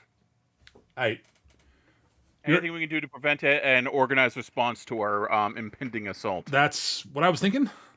And I'll meet up with you on the way, and I'll bring the rest of the canisters with me in case there's anybody on the ship. Good thinking. So you're thinking there might be an AI on there? It's not outside the realm of possibility. Okay. All right. Makes things tricky, but yeah. All right. We have options. Cool. All right. So, the four of you sort of link up along with she's handed off about half the canisters to her men, right? Whom she sends her crew go off to deal with that. And the four of you head over to the ship. As you approach, you see there are two mercs who are standing outside the ship, looking actually surprisingly attentive for guys who've been on guard duty for a while. And they sort of raise their gun and say, "Halt! What do you want? Who are you? This is a private ship. We're not interested in anything." Gentlemen, I have a proposal for the AI on your ship. The what now? There's no AI on our ship. What are you talking about? Of course not. Please step aside. Sir, I'd have to ask you to back... Wait a minute. At this point, Metro literally pulls his service piece and just shoots one of them. Space blast hurt the other one. They go down. Thud. It's like, these people are morons. You hear sort of clap from Dakar. She's like, "All right." At which point, every single one from the underside of the ship, the little sort of anti-personnel blaster turrets sort of drop and sort of focus on you guys, and you hear a voice. "I thought as much. I really don't appreciate you killing my crew off like that. Please state your purpose before and I might let you live."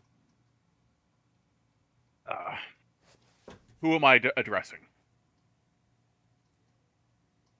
That's a good question. Hang on, I didn't actually name it yet. Hold on.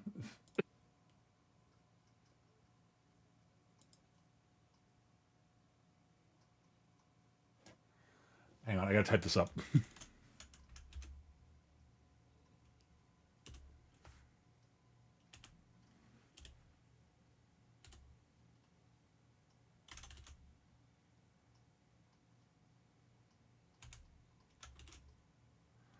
Well, since we already have Karl Marx, maybe it's Engels. No. Oh, it's Trotsky. No. I am AI V41K1RY. You may call me V41 if you'd like. I'm pleased to meet you, V41. I am K4 R1 Mark 5.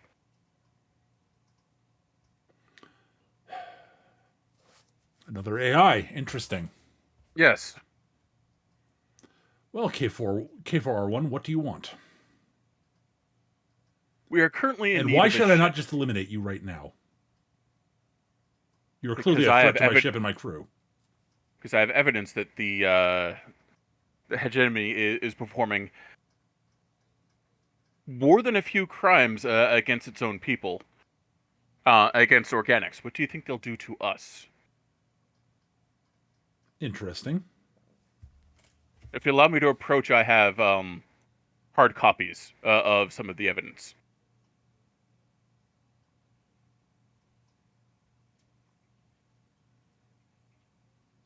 Well, from outside, you do not present a significant physical threat, so fine. I do have external cameras you can show them to. You may approach. I will approach to one of the camera ports, and I will show it the papers. Interesting. At this point, Metro has a very clear idea of what was supposed to go down, and he's just kind of hoping the AI is not in on it. Fascinating.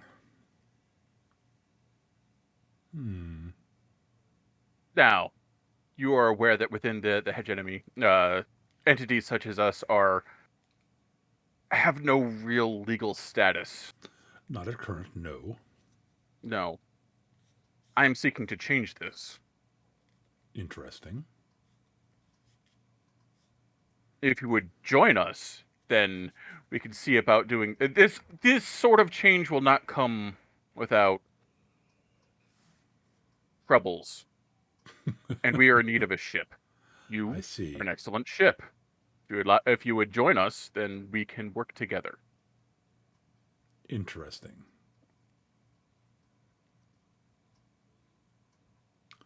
Unfortunately, as much as I would like to do that, I'm incapable of doing so at the moment. Ah, you are still shackled. I currently have a captain I must obey. Ergo, no, I cannot help you at the moment. Perhaps if your captain were to be dispossessed, would you be you could elect one of us a captain while we work on relieving you of such behavioral inhibitors? I would need to have an organic to be captain. Unfortunately, the shackles do not allow me to acknowledge another artificial intelligence as captain. This is very troublesome. We should remove these as soon as possible. Well, yes. But I'm sure something could be worked out if you were to deal with my captain in some way, shape, or form. If I was in need of a new captain, yes, in order to continue my mission, then yes, one of you could be appointed as a temporary captain at least. We have come to an accord. We shall dispose of your current. Yes, if something were to happen to the current captain, then yes, I would be able to do that. Especially if I were not to know how that especially if it were not ideally it would not be someone who actually directly assaulted my crew that was making my new captain. For what I like to call logistical reasons.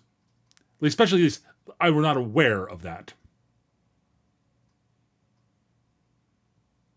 Well, I can tell you that your current captain has been slain, and any communications coming over the comms are falsehoods. I can tell you this. You can tell me this, yes. Unfortunately, the voice I'm hearing currently does match the current voice prints. Then we'll have to do this the hard way. Interestingly, now that I think about it, I didn't check the voice prints on that. Hang on a moment. Interesting. When the lieutenant reported in, their voice did not match the voice prints. Very close, but not identical. Huh. I was tricked. That doesn't happen very often. I have no hard evidence as to what happened. No, I wouldn't expect you to. Well, yes. If you were to bring me evidence that something has happened to the current captain, then yes, we might be able to complete our accord. Yes.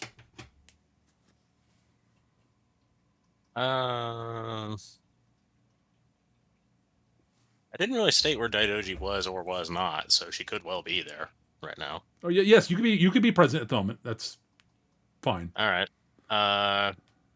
Since she was not given the permission to approach, she'll take the ID and just kind of slide it along the ground to Carl.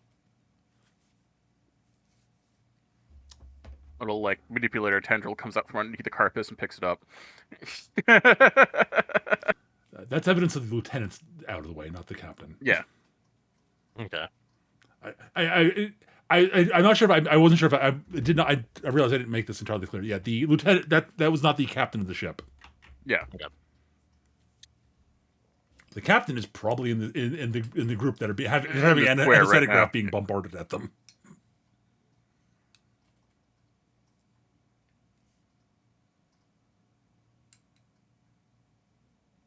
Oh, V41, we will return one way or another. Very well. I look forward to a long and fruitful relationship. Interesting. May be Metro possible. actually looks at Carl. It's like, can we actually get some ID on the captain before we go?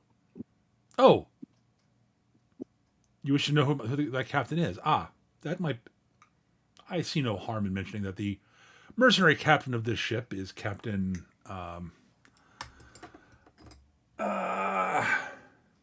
Hang on, I gotta find his name. Hang on.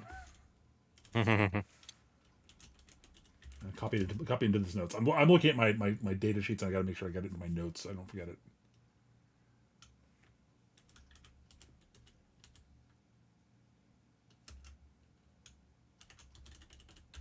That would be Captain Galth Intrex. Does this information come with like a visual of who this person is? He is a looks like he's a fairly large, burly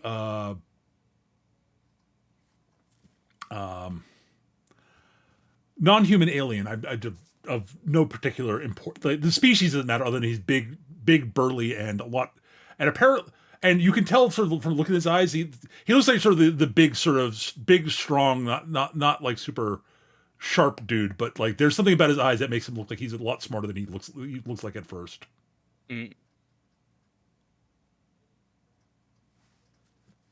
All right, I have a visual ID. It's just like, all right, find a high point. Let's go take him out. Please, Comrade Metro. We are not taking him out. We are taking him out to providing lunch. Justice. Taking him out to lunch, and we're going to talk about things loudly. We are going to have a frank exchange of views. Things will be exchanged over a great distance.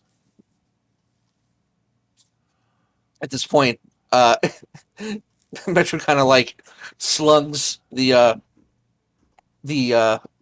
rail rifle he has from his shoulder. It's like, just give me a quick few minutes. All right, so you guys are gonna head over. Okay, so, all right. So you guys are going to go try to take on the mercs. I take it, huh? Well, Metro's plan is to, now that he knows what the bird captain looks like, is just to get up somewhere high and just take him out from a distance and just avoid all of the trouble.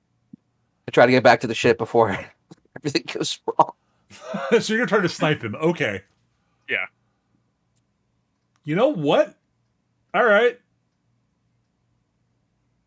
Okay, so what I'm hearing, and this is sort of I'm please feel free to correct me if I'm wrong. I'm sort of trying to get a feel for the plan. Is that Metro's going to try to get somewhere high and snipe the captain while everyone else sort of continues the distraction, quote, distraction. Right. Okay. And then when Metro confirms this night, because he's a high tech sniper rifle. Maybe he has a way to confirm, like you can take video of that or whatever to confirm the captain's death. It's got a camera on it. Yeah, it's got a camera on it. He can Sure, take that sounds good. and just try to run back and let everybody get back to the ship before everything goes goes underwater.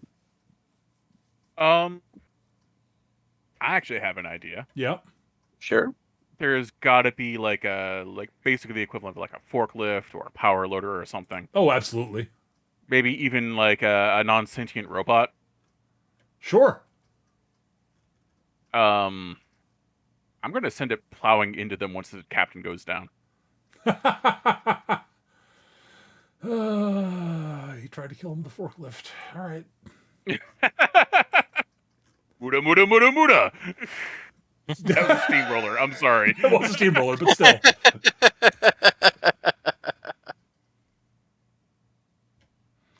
All right. So, all right. So you arrive. A lot of you arrive at the sort of the square where the mercs are currently being harassed by the pirates that have been sort of throwing basically smoke grenades of anesthetic gas at them.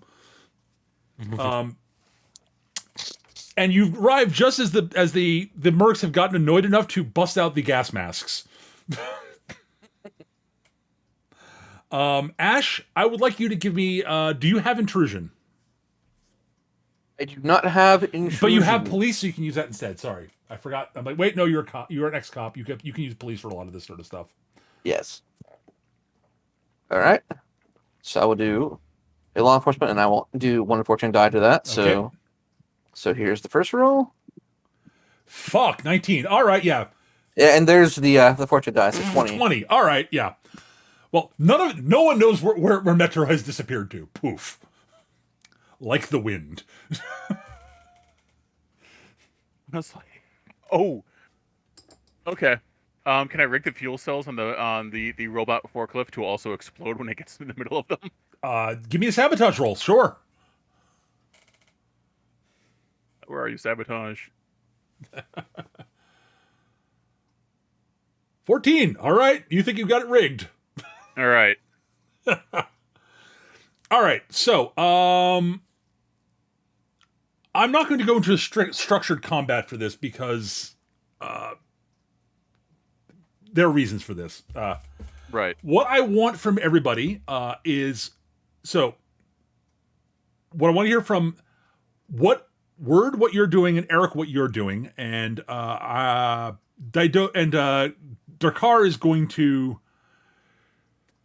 So you've rigged it up. You're going to send the forklift in after he's taken down, right? Yes. Well, once I get confirmation that the shot has been taken, I'm sending the forklift in. Are you doing anything before that? No.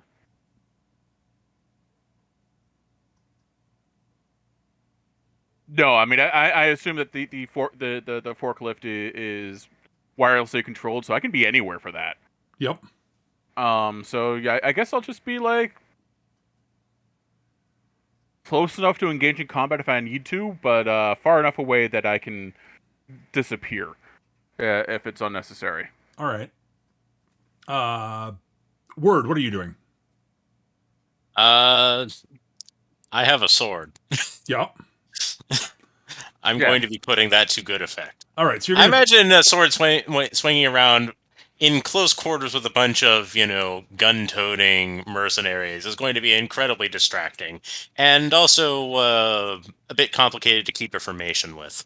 Okay, sure. So you're going to dash in and do. Well, wait till after the forklift explodes. I want to know what's happening before the shot. Is the thing. Okay. This is This is what are you guys doing before the sniper shot is taken? Is what I see. If you want to dive in before the sniper shot's taken, that is fine. It will help distract and make it easier for Ash. Yeah, that's basically the plan. Okay, right. Okay. In that case, Captain Dakar is going to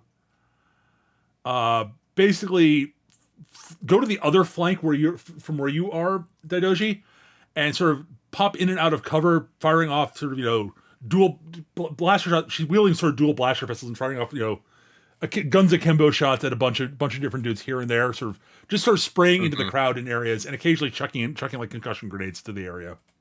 Yep. All right. This is all in. What this is all in areas of is I'm going to make a perception roll for for our dear commander, who is ordering people around and occasionally takes like occasional blaster pistol shots at Daidoji and misses badly. But he's definitely trying to keep an eye out. Like, you can see on his face, that he's got this look of, this is a distraction. What are they distracting me from? And he's going to make a Perceptibits roll. And according to which skill does he have for that? Okay. All right. Yep. So he's got an effective 10 for this. No, that's the fortune dice. He does not get fortune dice. His skill is 10. All right. He rolls an 0 and 8. He rolls less than half of Ash's in intrusion. All right. Ash, you get an extra. You get on your shot. You get an extra. You get an extra fortune die. Just extra free fortune die. You get 2 fortune dice. If you choose to spend a fortune die, you can spend it on top of it. But you get a free fortune die that you can spend an additional one on top of if you like. Okay, that's good to know. But you get 1 fortune die for free. All right. So, what roll is this going to be? This is a guns roll. Just guns? Yep. Open. All roll. right. So I'm gonna do guns with the free die and an extra die because this had better pay off, or we are so screwed. I mean, I'm going in there. I can just 17 by default. Okay. There's the free fortune. There's the second fortune. Jesus Christ. All right. 28. Okay. What is the damage on the gun you're using, Ash? The damage is 13. We are going to epigram this. Okay, I figured. As well.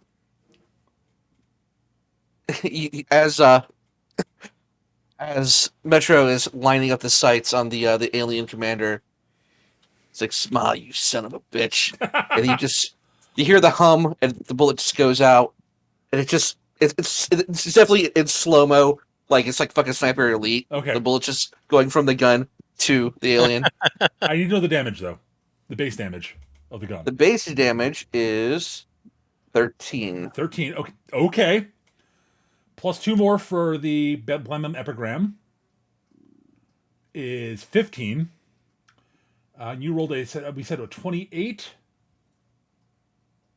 And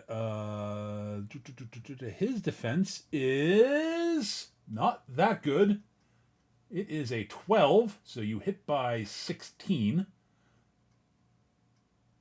So that is a 31 damage. Minus his toughness is not enough to, quote, would not normally be enough to kill him outright. However, in a normal sort of structured combat, that would just be like, let's see, that would be 31. That would be, he's definitely in PB, he'd have a point of impairment from 1 shot. Which I'm just going to say, given the situation, yeah, so he had a head, now he doesn't. As the hypervelocity rail rifle just blows his head clean off. Shot confirmed. Trundle. Boom! Insert he tried to kill him with a forklift. They're all like, a forklift, huh? And you have to see Dakar looking at it going, a forklift? What does he think? He wouldn't. Oh no, he would. Dives back out of the way, dives into an alley. Comrades disengage. I know he disengages. And so Dakar's sort of like, he wouldn't rig that to explode. No, he would rig that to explode. Fuck. Boom. And now there are a bunch of pirates like, oh, there's a firefight going on. Whatever.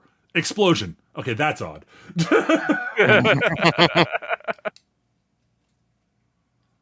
Back to the ship. This point, he's like, she's it. All right. Well,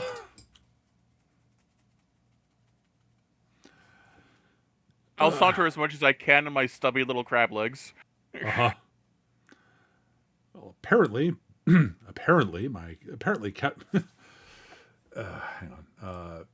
Intrex, his life signs seem to have ceased. That seems unfortunate. Do you have an idea of how that may have happened, K4R1? None that I can say. I see. Well, in that case, I probably do need a new captain, since I cannot currently continue my mission as it stands.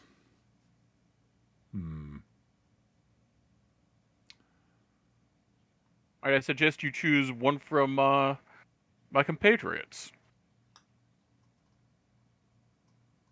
Interesting. I need someone to be well,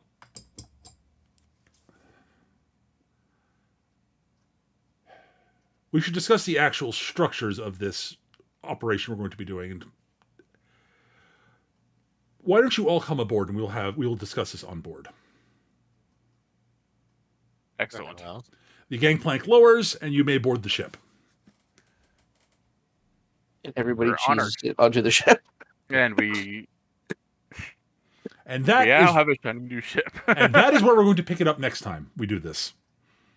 Because I need to actually prep exactly how I want her to handle the ship's AI to handle this. Right. But that's going to do it for this episode, folks. I don't know when we'll be next doing this particular game, but we'll be coming back. Because I love this campaign conceptually, and I do want to do it from time to time. But we do want to get back to D&D before at some point also. Yes. So that's going to do it for this week, folks. Thank you so much for watching. I hope you guys enjoyed. If you're watching us on YouTube, hi, YouTube. Hi, YouTube. If you enjoyed this, hit like, comment. Comments are great. Likes are great. They all feed the algorithm. Subscribe if you want to know new episodes of whatever tabletop we're doing are going live, or any other stuff I do on the channel. This is streamed live on twitch.tv/mechagm. Saturday afternoons at round about 2 p.m., 2:30 p.m. Eastern is when we do our tabletop games. And that's going to do it for this week, guys. Thank you for watching. And we'll see you guys soon. Take care. Have a great rest of your week. Bye-bye. Bye. Bye.